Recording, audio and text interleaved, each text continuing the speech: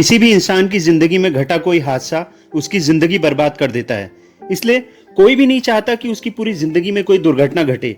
लेकिन दुनिया में कुछ ऐसे लोग भी हैं जिनकी जिंदगी में हुआ हादसा उनके लिए वरदान साबित हुआ।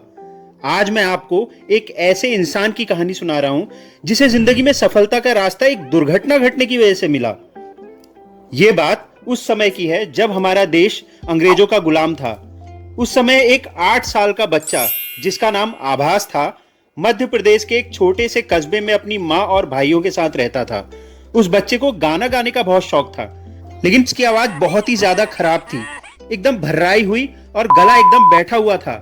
उसके गाने की आवाज सुनकर मोहल्ले के सब लोग उसकी बहुत मजाक उड़ाते थे। इतनी बेकार आवाज होकर भी वो जबरदस्ती गाता रहता था। एक दिन ऐसा हुआ कि वो खेलता खेलता रसोई घर में घुस गया।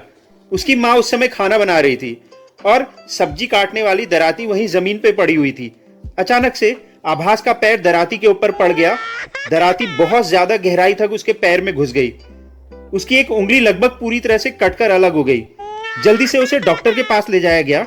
डॉक्टर ने बड़ी मुश्किल से उसके पैर की उंगली जोड़ दी, लेकिन दर्द कम नहीं कर पाए क्योंकि उन दिनों पेन किलर के टैबलेट और इंजेक्शन नहीं हुआ करते थे। आभास अगले 15 दिनों तक रात दिन दर्द से रोता रहा, चिल्लाता रहा। इतना ज्यादा रोने और चिल्लाने की वजह से उसके गले के वोकल कॉर्ड खुल गए। गले के वोकल कॉर्ड खुलने की वजह से उसकी आवाज जो पहले बहुत ज्यादा खराब थी, अब इतनी निखर के आने लगी जैसे कि बादल फटने पर धूप निकल आती है। इस हादसे के बाद अब वो जब भी गाता तो लोग उसकी आवाज सुनकर मंत्रमुग्ध हो जाते थे। कुछ समय बाद वही बच्चा आभास गांगुली देश का सबसे बड़ा सिंगर बना।